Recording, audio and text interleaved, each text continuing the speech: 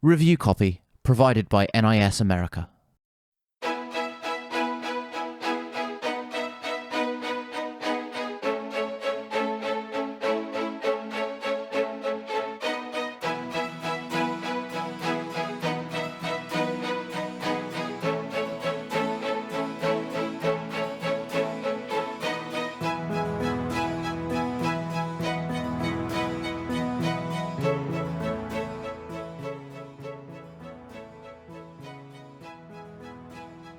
I love JRPGs.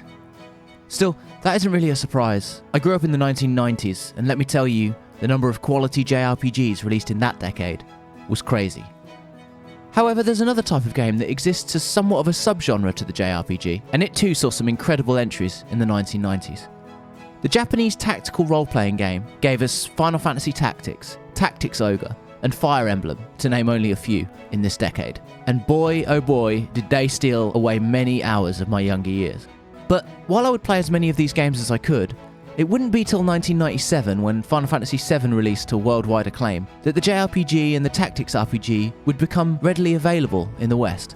Such proceedings have even led to many gems still remaining undiscovered for Western audiences, or only recently being made available. Langrisser is one such example. Despite the first game in the series, Langrisser The Descendants of Light, seeing release in the United States under the title Warsong in 1991, Europe would go without, and its sequels would stay as Japan-only releases for the next few decades. However, fear not, Tactics JRPG fans, for 2020 has marked the release of both the original two games on current-gen platforms and PC, with a host of new options and a new coat of paint. And while there are a few omissions and issues here and there, largely Langrisser I and II remain two classic entries that many may have missed, and that any fan of the genre should check out.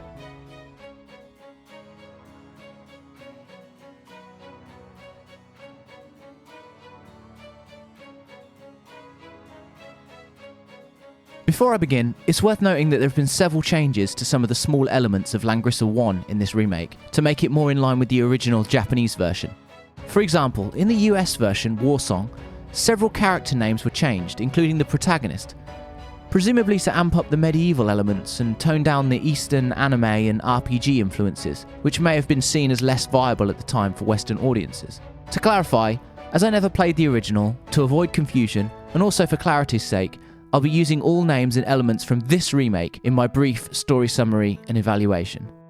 The story of Langrisser I begins as Baldir Castle, the home of the game's namesake, a sacred sword said to hold unlimited power, is stormed by a villainous army known as the Dalsis Empire. While their reasons initially remain shrouded in mystery, it's clear that the Dalsis Empire will stop at nothing to acquire the Langrisser, and Baldir Castle appears to be on the back foot.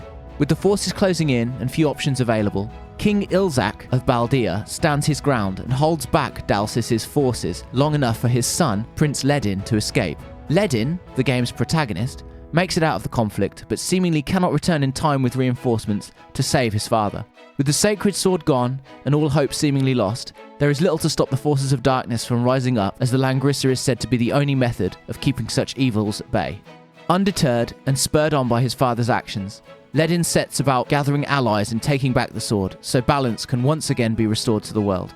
Langrisser II exists as somewhat of a separate story to this instead of a direct sequel. Taking place a considerable time after the original, the game tells the story of Elwyn and his friend Hein, who are set upon a quest to save a young girl named Liana, after she is seemingly taken hostage by the Rhaegar Empire for unknown and potentially sinister reasons. So, I know what you're thinking. Pretty generic stuff for any JRPG or Tactics JRPG, right? You have the rising forces of darkness, the opposing military threat to the kingdom, the kidnapped damsel, and the chosen hero who must acquire a sacred weapon to defeat all evil. However, while all these elements are present, there are several factors and qualities that set Langrisser I and II apart from the norms of the genre. Firstly, the direction that the story goes in after the somewhat generic setup is both surprising and largely determined by the decisions made by the player. Both Langrisser I and II have several diverging story paths, leading to many different endings and events throughout the story. Also, the game's helpful story maps show at what point the different potential plot divergences occur, and also allow the replay of any previously completed chapter at any time, although this can result in the loss of some experience and items for any characters gained after the divergence point. Taken together, all this means that while the story can proceed down more generic lines if the player so wishes, it can also take wild turns based on the player's actions that normally wouldn't be seen in other examples of the genre. As previously mentioned, such decisions also affect the game's endings, adding yet more replay value. This feature is particularly prevalent in Langrisser II, which really allows the player to start diverging from what would be the more formulaic narrative much earlier in the game and much more frequently throughout. On top of this, both Langrisser I and II have identifiable and well-developed characters that, while a little tropey, facilitate enough player investment to make these stories worth experiencing, even if you choose the more generic paths. Finally, the game is well voice acted and translated, allowing for clear and enjoyable execution of all the narrative elements. Special commendation should also be given to the fact that such interesting and engaging stories are told almost entirely through the use of static animations and dialogue during and in between missions, and no FMVs or cutscenes are utilised. While you would think this would be a hindrance, it never seems to hold Langrisser I and II back, and the story for both games is told in a concise and satisfying way using these methods. Taken together, the option of player agency, the decent level of character development, and the high-quality voice and translation work mean that Langrisser I and II both tell interesting, if not groundbreaking tales, which have the potential to subvert your expectations, but most of the time only if you choose to go off the beaten path and see where the narrative can end up.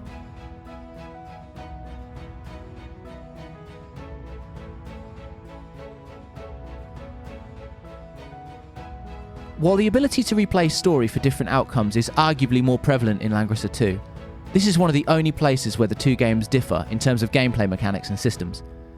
In fact, both games are essentially the same when it comes to how they play, and luckily that's not a bad thing.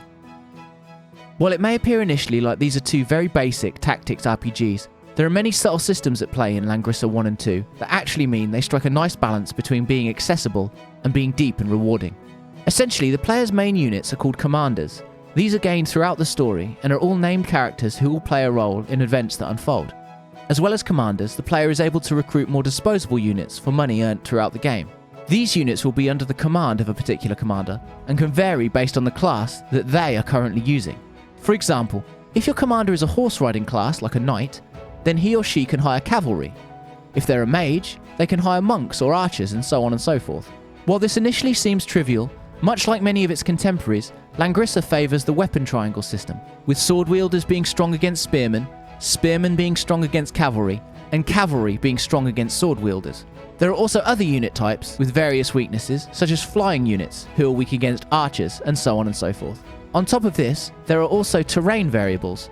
Certain unit types get various buffs and advantages or disadvantages based upon their location on the map. For example, any units situated on higher terrain gain a substantial damage buff over those below.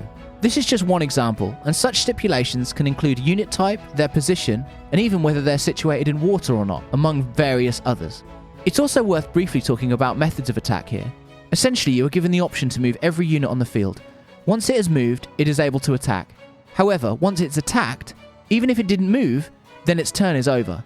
Also, if you have a magic user, their turn ends after using a single spell, and they are also unable to move and use magic in the same turn.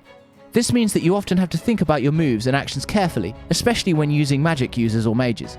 Support units are given a buff to their attack and defense if they are within a certain distance of their commander. This can also be super important, and is reinforced by the game's use of automatic movement for units. Basically, if you move a commander and then choose to end the turn without moving any of his or her support units, the game will move them to the most supportive position automatically and even instigate attacks in some situations. On top of all of this is the game's experience system. Commanders are given XP for every unit killed, by themselves or by one of their support troops. However, if the commander of a set of troops is killed, all of their support units will disappear.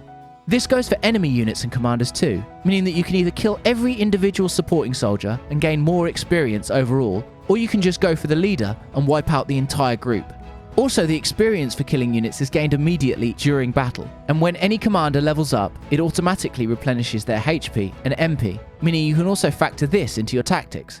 This is just a brief overview of the options during battle, where much of the game takes place. However, there are also systems and options at play between chapters too, on the deployment screen. Once a chapter is complete, all the commanders are rewarded with CP or class points and money, as well as statistics on how they did and who the MVP was over the previous battle. Before the start of each chapter, the player is able to outfit their commanders, unlock and equip new classes if they have enough CP, buy new gear, and check the story map.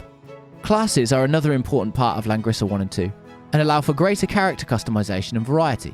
While there will be diversity created naturally by the various jobs already assigned and available to each commander, it is important to constantly keep various different options available, as objectives can vary between chapters and can also sometimes change mid-mission. On this score, the mission objectives are varied enough, with defending units, killing all enemies, and reaching a certain point on the map being the main asks of the player, with some variation and combination throughout both entries. The only criticism that could be levelled at this aspect of the game is that one of the fail objectives for every mission is the death of either Ledin or Elwyn, depending on which game in the collection you're playing. While this is good as it stops the game's protagonist from becoming overpowered, a trend seen in many JRPGs and tactics RPGs, I found that it in fact could have too much of an adverse effect on the use of them, meaning I usually kept them out of conflict and near a healer just in case. This in turn meant that they became a little nerfed and were not used as often as I would have liked. Still, this minor criticism aside, most of these systems coalesce to create a fun, interesting, and deceptively deep set of combat and leveling mechanics that, while perhaps a little formulaic in places, are all implemented so well that both Langrisser I and II are a joy to play.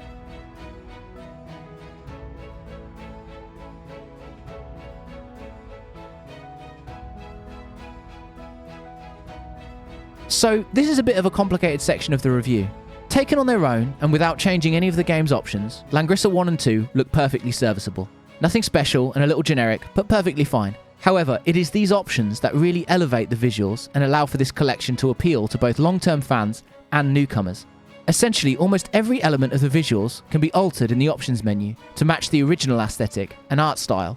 This includes the environment and the character portraits, and even extends to the game's excellent music. On this topic, both the original music and the newly recorded score are fantastic, and stand as one of both Langrisser I and II's best qualities. The really awesome part about all of this is that you can mix and match these elements in any combination you like, and change them at any time. Personally, as I grew up on late 80s through to late 90s anime, I loved the older art style, so I used that in combination with the newer music and environment art. There are a few drawbacks to these options though. Firstly, there's some key art that occurs occasionally throughout both games that won't be visible in the older art style, as it has been made specifically for this collection. Also, the character models are only in the new art style and cannot be changed, which is a shame as they can look a little jarring on the older pixelated backgrounds. The voice acting is great here too, with all characters giving solid performances. However, it is worth noting that it's only available as a Japanese audio track and has no English option. As this is my preferred way to experience such elements, it was perfectly fine for me, but I understand that many out there might prefer dubbed, so it's worth knowing going in that this isn't an option for this collection. However, despite a few minor criticisms, overall, the Langrisser I and II collection is a decent looking game with sound and visuals that are elevated by a plethora of welcome options.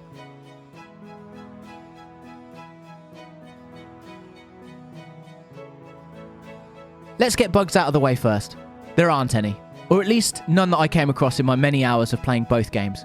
Of course, your mileage may vary, but I can at least say that both games are extremely stable and run very well, despite the odd occasional longer than expected loading time here and there. Luckily, there is plenty to talk about when it comes to replay value, as this is one of the collection's most standout and attractive qualities. Essentially, the sheer number of options available in each game when it comes to story and endings is vast and impressive, especially for what is essentially updates of two games that came out over 25 years ago. There are 22 potential endings available here, and 560 character outcomes across both titles, which is both an astounding achievement and an awful lot of content.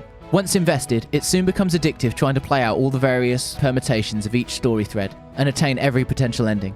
Put simply, if you like these kinds of games, there's plenty here to keep you occupied for many hours.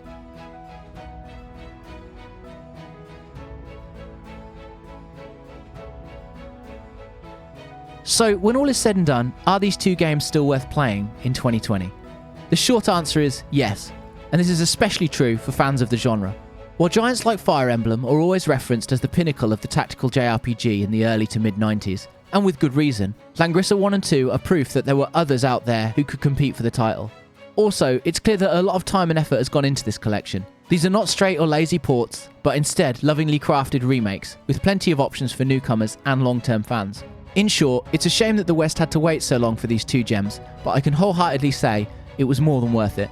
I loved my time with Langrisser I and II, and will undoubtedly be putting many more hours into both as I try for all the possible endings and different story outcomes. If you're a fan of JRPGs or tactical JRPGs, then don't pass on this collection.